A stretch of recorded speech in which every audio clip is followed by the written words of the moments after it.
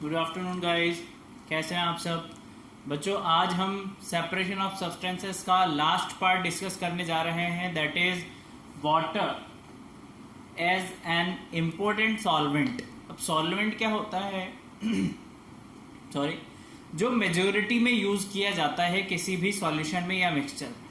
इतनी चीज समझ में आई आपको बच्चों। वाटर कितना इम्पोर्टेंट है ये हम भी जानते हैं, आप सब भी जानते हैं, हमारे डेली लाइफ से रिलेटेड, हमारे सराउंडिंग से रिलेटेड, एंड अगर केमिकल से बात करें तो उसमें भी कितना ज़्यादा इम्पोर्टेंट रखता है वाटर, ये आप सब लोगों को पता है। तो आज उसकी ही कुछ इम्पोर्टेंस हम पढ़ेंगे। जैसे अगर हम बात करें, हमारे डाइजेशन के लिए वाटर बहुत इंपॉर्टेंट है बच्चों। जो हम खाना खाते हैं वो अंदर जाके डाइजेस्ट होने से पहले वाटर में डिजोल्व होता है, देन डिकम्पोज होता है। तब तक अगर वाटर प्रेजेंट नहीं होगा तो वो डिकम्पोज ही नहीं होगा। वो डिकम्पोज नहीं होगा तो बॉडी को जो एनर्जी है वो नहीं मिलेगी, बॉडी पार्ट्स है जो वर्किंग नहीं करेंगे बच्चों। पानी अगर पेड़ पौधों को नहीं मिलेगा तो उनकी ग्रोथ अच्छे से नहीं होगी। पानी के बिना जो न्यूट्रिएंट्स आ रहे हैं, फोटोसिंथेसिस का जो प्रोसेस हो रहा है वो कंप्लीट नहीं हो पाएगा। तो सॉइल चाहे कितनी अच्छी मिल जाए, वाटर जब तक नहीं मिलेगा कोई भी प्लांट्स वगैरह अपने लिए फूड नहीं बना पाएगा बच्चों। ठीक है, और भी बहुत सारी एप्लीकेशंस होती हैं वाटर की। अगर हम बात करें वाटर की और क्या क्या चीजें होती हैं, धीरे धीरे हम डिस्कस करेंगे। पहले हम बात कर लेते हैं कि वाटर इतना इंपॉर्टेंट क्यों है, उसके बारे में लिख लेते हैं बच्चों थोड़ा सा। जैसा अभी हमने आपको बताया क्यों इंपॉर्टेंट होता है। सबसे पहली चीज तो इसमें अगर आप मोस्टली सब्सटेंस जो आप डिजोल्व करते हैं बच्चों, वो सारे डिजोल्व हो जाते हैं easily.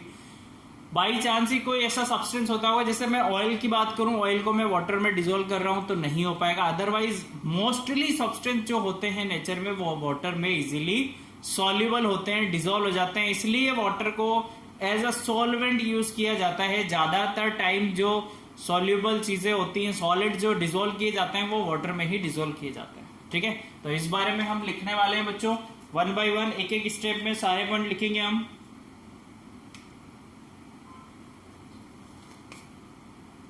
It is because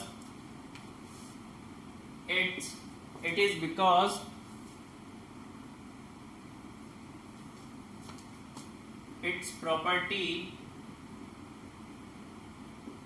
of dissolving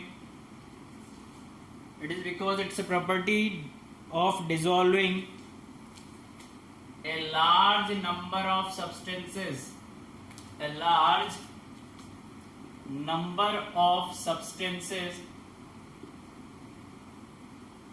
a large number of substances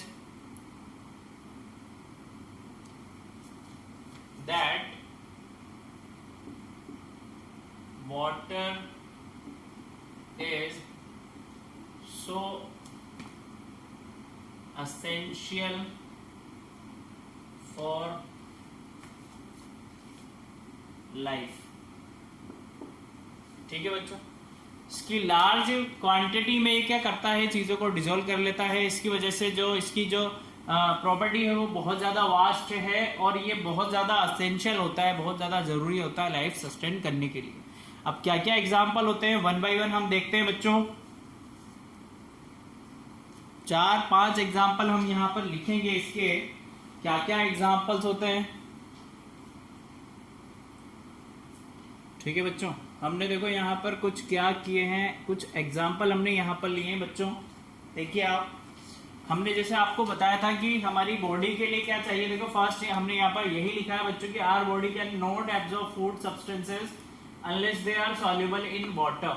जब तक वो पानी में घुलेंगी नहीं, हमारे शरीर के लिए कुछ काम के नहीं है। न्यूट्रिएंट्स जितने हम बॉडी में लेते हैं, जब हम क्या करते हैं, खाना खाते हैं तो खाना अंदर जाता है बेटा स्मॉल इंटेस्टाइन में, देन वाटर में मिक्स होता है। फिर क्या होता है, उसका डिकम्पोजिशन होता है। जब डिकम्पोजिशन होता है तो वहां से कार्बोहाइड्रेट्स जनरेट होता है बच्चों, जो बॉडी को क्या देता है, या ग्लूकोज मिलता है बॉडी को और ऑक्सीजन निकलती है वहां से। तो वो सब जो चीजें हमारी बॉडी में अंदर, जैसे ऑक्सीजन लेते हैं हम, है ना, ऑक्सीजन लेते हैं और खाना होता है, खाने का डाइजेशन होता है। तो वाटर जब तक नहीं प्रेजेंट होगा वहां पर बॉडी को एनर्जी नहीं मिलेगी बच्चों। ये बहुत इंपॉर्टेंट चीज है वाटर की, डाइजेशन के टाइम, ठीक है। सेकंड हमने लिखा है कि several waste materials produced in the body are dissolved in water and excited. जितने भी वेस्ट मटेरियल्स होते हैं, अगर बॉडी में पानी नहीं होगा तो वो किस में डिसॉल्व होंगे? अगर वो डिसॉल्व नहीं होंगे तो वो हमारे शरीर में ही पड़े रहेंगे बेटा, इकट्ठा होते रहेंगे। वेस्ट मटेरियल्स जो होते हैं, जो हम सुबह एक्साइटेड करते हैं डेली बेसिस पे, है ना। अगर वाटर प्रेजेंट नहीं होगा तो क्या होगा? हम बीमार होने लग जाते हैं, बहुत सारी जर्म्स पैदा हो जाते हैं हमें। तो वाटर बहुत एक इंपॉर्टेंट रोल निभाता है अपने डाइजेशन में, अपनी बॉडी के अंदर, ठीक है। सेकंड चीज हमने लिखी है, plants can be absorb nutrients from soil only if they are soluble in water. Plants को जो न्यूट्रिएंट्स मिल रहा है सॉइल से मिल रहा है, किसकी प्रेजेंस में मिलता है बच्चों? वाटर की प्रेजेंस में मिलता है, सनलाइट की हेल्प से मिलता है, खाना बनाते हैं। अगर जब तक पानी नहीं होगा, कोई भी न्यूट्रिएंट सॉइल का जो प्लांट्स के जो पार्ट्स है वहां तक, लीफ तक, कहीं तक भी नहीं पहुंच पाएगा जब तक वहां पर वाटर प्रेजेंट नहीं होगा, ठीक है। नेक्स्ट हमने लिखा है बेटा कि गैसेस जो है, gases such as oxygen, carbon dioxide which are soluble in water are important for survival of aquatic life। अब गैसेस के बारे में यहाँ पर थोड़ा सा बताया है कि जो पानी है बेटा, उसमें जो गैसेस डिसॉल्व हो जाती हैं, कौन कौन सी हो जाती है? दो ही गैसेस होती है, ऑक्सीजन और कार्बन डाइऑक्साइड। जो गैसेस पानी में घुली हुई होती हैं या डिसॉल्व होती हैं, वो एक्वेटिक लाइफ को बहुत ज्यादा हेल्पफुल होती है। जो पानी के अंदर जो फिशेस वगैरह होते हैं, एक्वेटिक एनिमल्स होते हैं, वो गिल्स की हेल्प से क्या करते हैं बेटा? ब्रीथिंग करते हैं। जैसे अपन नोज यूज करके ब्रीथिंग करते हैं, वैसे ही एक्वेटिक एनिमल्स या फिश की बात करें तो उनके पास होते हैं बेटा ग्रिल्स, जिनसे वो क्या करते हैं? ब्रीथिंग करते हैं, सांस अंदर लेते हैं और बाहर छोड़ते हैं। कार्बन डाइऑक्साइड का क्या यूज होता है? जो मरीन इकोसिस्टम या फिर जो एक्वेटिक लाइफ होती है, वहां पर पेड़ पौधे भी होते हैं अंदर। सो जो वो प्लांट्स होते हैं, वो कार्बन डाइऑक्साइड की हेल्प से क्या करते हैं? अपना खाना बनाते हैं बच्चों, वाटर की प्रेजेंस में, ठीक है। एंड लास्ट हमने लिखा है कि कितनी गैस वाटर में सॉल्युबल होता है। सॉल्युबिलिटी को आप कैसे चेक करेंगे? तो टेम्परेचर के बिहाफ पे हम चेक कर सकते हैं। हमने यहां पर लिखा है, देखो, solubility of gases in water decreases. Solubility gas की वाटर में डिक्रीज हो जाएगी, कब होगी बच्चों? With increase in temperature. जैसे ही हम टेम्परेचर बढ़ाएंगे, सॉल्युबिलिटी डिक्रीज हो जाएगी। सबसे अच्छा एग्जाम्पल है, आप लोगों के घर में आप कर सकते हैं, जब हम क्या करते हैं, एक पॉट में या कंटेनर में बच्चों पानी को गर्म करते हैं, तो जैसे ही पानी गर्म होने लग जाता है या गर्म होना स्टार्ट करता है, देखना छोटे छोटे से बबल्स क्या होते हैं, ऊपर आना स्टार्ट कर देते हैं या उसके अपर पार्ट पे इकट्ठा होने लग जाते हैं। जो बबल्स होती है बच्चों, जो बाहर एस्केप आउट हो रही होती है, निकल रही होती है, बेसिकली वो होता क्या है? वो ऑक्सीजन गैस होती है जो वाटर में डिसॉल्व हुई होती है। तो वो गैस क्या होती है? जैसे ही हम हीटिंग अप्लाई करते हैं, टेम्परेचर बढ़ाते हैं, बाहर निकल जाती है। तो कहना क्या चाहते हैं हम, कहना क्या चाह रहा है ये पॉइंट?